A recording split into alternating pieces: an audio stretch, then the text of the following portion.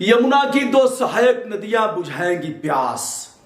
यह प्यास, जिस प्यास से लोग तड़फड़ा रहे हैं, जीव जंतु परेशान है, खेती नहीं हो रही है, लोगों का पलायन हो रहा है, धरती की कोख सूख गई है, लगातार सूखे की स्थिति बनी हुई है।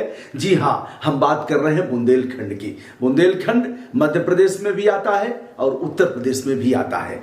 उत्तर प्रदेश के कुछ जनपद हैं जिनकी प्यास बुझेगी और मध्य प्रदेश के भी कुछ जिले हैं, हम उनके बारे में बताएंगे। 22 मार्च विश्व जल दिवस के अवसर पर उत्तर प्रदेश के मुख्यमंत्री आदित्यनाथ योगी और मध्य प्रदेश के मुख्यमंत्री शिवराज सिंह चौहान ने एक मसौदे पर हस्ताक्षर किया। इस हस्ताक्षर के गवाह थे भारत के प्रधानमंत्री नरेंद्र मोदी जी। क्या प्यास बुझेगी? यह परियोजनाएं सक्सेस होगी। जो हजारों करोड़ रुपए की लागत से जो परियोजना तैयार होगी, वह किस तरह से तैयार होगी और वह कौन सी नदियां हैं? वह नदियां हैं बेतवा और केन। दोनों मध्य प्रदेश से निकलती हैं और यमुना के सहायक नदी के रूप में एक मिल जाती है हमीरपुर में और दूसरी मिल जाती है बांदा में। यह दोनों उत्तर प्रदेश के क्षेत्र हैं जो बुंदेलखंड के जिले के रूप में शुमार हैं। आइए, आज हम आपके बीच चर्चा कर रहे हैं। यह एक छोटा सा मैप बनाया गया है हाथ से। बुझेगी प्यास, जगी है आस। दोस्तों, इन दिनों मैं थोड़ा सा रेस्ट पर हूं 2 दिन के लिए। यद्यपि मैं जानता हूं आप हमें फील्ड में देखना चाहते हैं, यह भी जानता हूं आप देखना चाहते हैं किस तरह से मौकाए वारदात ललकारा जा रहा है, किस तरह से कानून की रक्षा के लिए वाक और अभिव्यक्ति की स्वतंत्रता के अधिकार का प्रयोग किया जा रहा है। आप यह भी जानना चाहते हैं कि ब्रजभूषण दुबे जी किस प्रकार कुछ नई नई चीजें दिखा रहे हैं, हमारे प्राकृतिक संसाधन, हमारे पर्यावरण, भ्रष्टाचार उन्मूलन और ह्यूमन राइट, मानव अधिकार इत्यादि इत्यादि इत्यादि विषयों पर। शिक्षा, चिकित्सा और अन्य विषय शामिल हैं। लगभग सभी विषयों पर काम करने का स्वभाव है। दोस्तों, इसके पहले मैं आपसे विनम्रता पूर्वक फिर अनुरोध कर लेना चाहूंगा। यद्यपि 15 करोड़ लोगों ने हमारे वीडियो देखा होगा, लगभग सही मूल्यांकन नहीं है, इससे अधिक संख्या हो सकती है, लेकिन हमारे 1 मिलियन भी अभी सब्सक्राइबर नहीं हो पाए हैं। तो मैं विनम्रता के साथ अनुरोध करना चाहूंगा कि यदि हमारा चैनल देख रहे हैं तो सब्सक्राइब भी कर दीजिए। तो दोस्तों, आइए हम शुरू करते हैं। यह मैप है मध्य प्रदेश और उत्तर प्रदेश के उन जनपदों का जो बुंदेलखंड की सीमा में आते हैं। यह 2 नदियां हैं। एक केन है जो कटनी बिंद क्षेत्र से चलती है, जिसकी लंबाई है 427 किलोमीटर।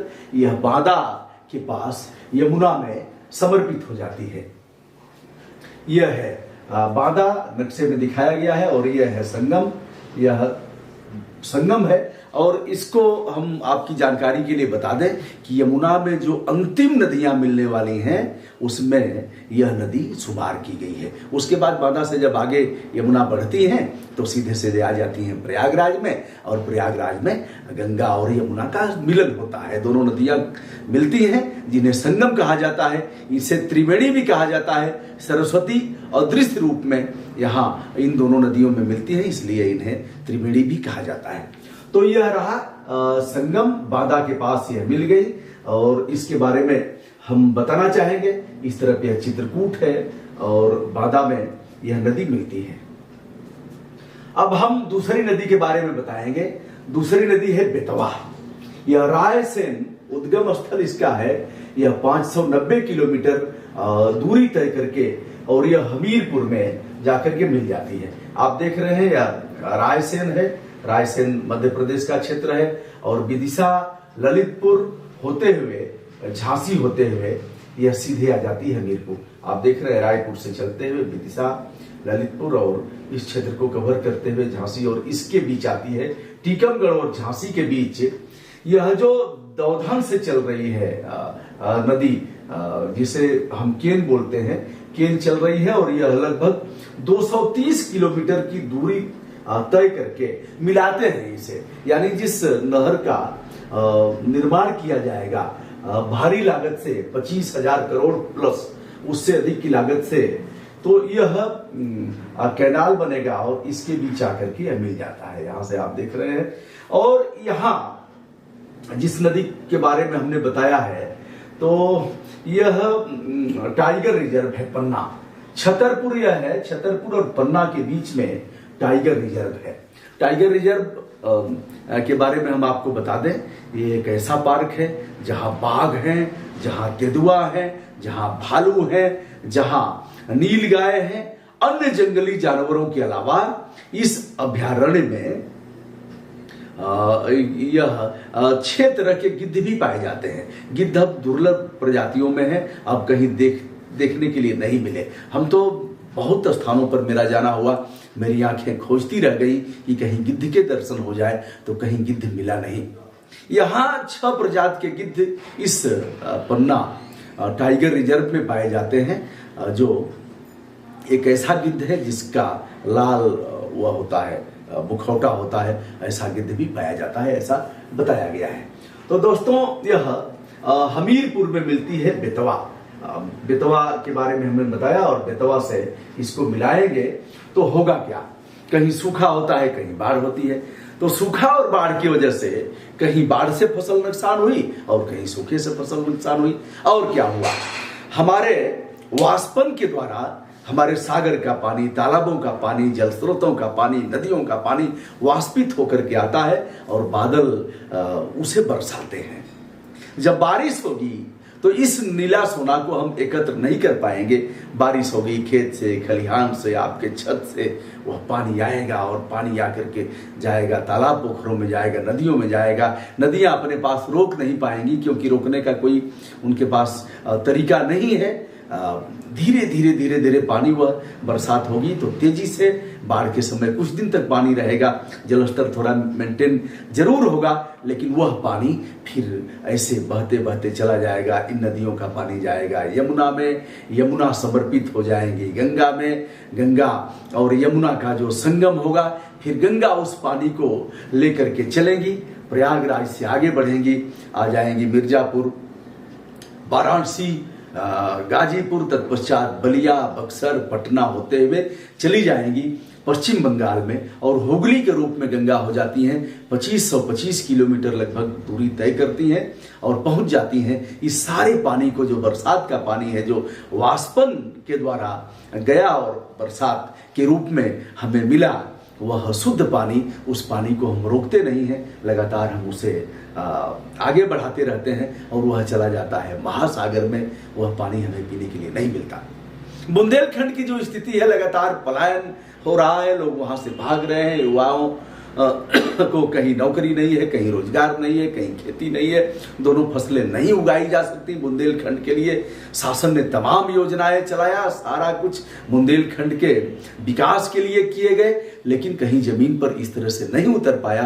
कारण हुआ कि लगातार बुंदेलखंड से जो बहादुरों की धरती रही है, जो सांस्कृतिक विरासत रही है, जो ऐतिहासिक मामलों का विशेषांक रहा है बुंदेलखंड, बुंदेला राजाओं से लेकर के अलाउद्दीन और तमाम ऐसे लोग पैदा हुए, तो वह बुंदेलखंड अब लगातार वहां से लोग पलायन कर रहे हैं।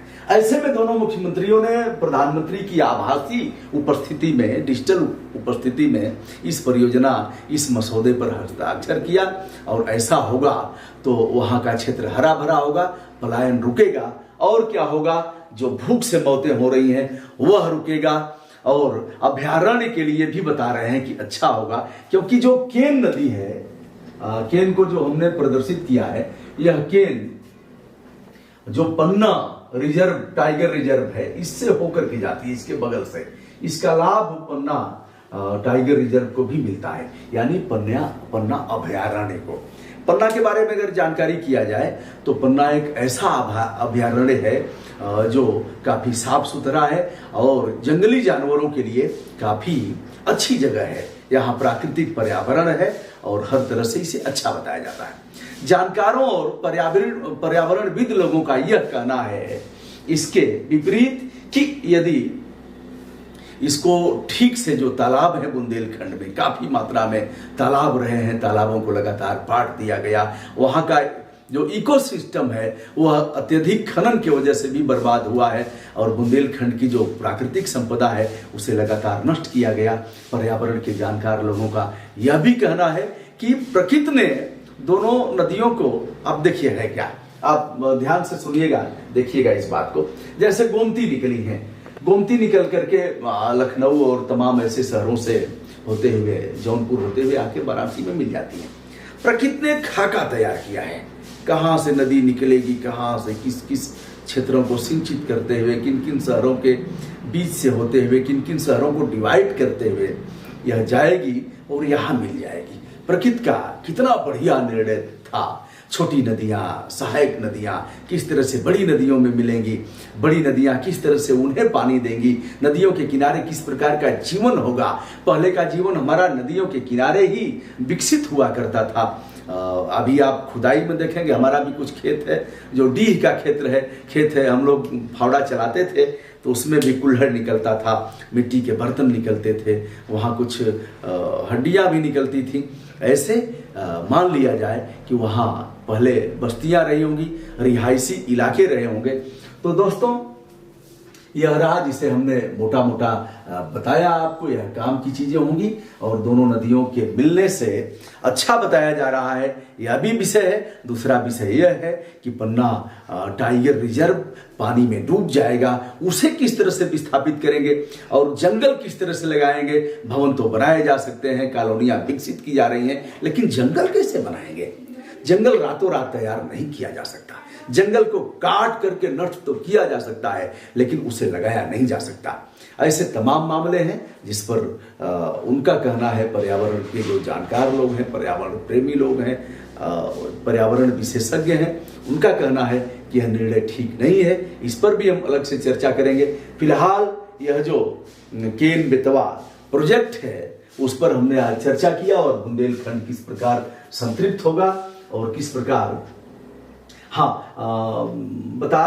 बताते चलें कि दोनों नदियां मध्य प्रदेश से ही निकलती हैं, यह भी आपने जाना है। और दोनों नदियां एक तरह से जीवन रेखा है बुंदेलखंड की, इसे भी हम बताते चलते हैं। दोस्तों, मैं हूं ब्रजभूषण दुबे, यूट्यूब चैनल ब्रजभूषण मार्कंडेय से 1-2 दिन और भी ऐसे वीडियो करूंगा, फील्ड में भी करूंगा और आप इसे भी पसंद कर रहे हैं, यह जानकर के मुझे बहुत अच्छा लगा है। और मैं यह भी जानता हूं कि आपका स्नेह स्रोत हमारे लिए हमेशा बरकरार रहेगा और आपका स्नेह प्यार हमें मिलता रहेगा। विनम्रता के साथ सादर नमस्कार, धन्यवाद।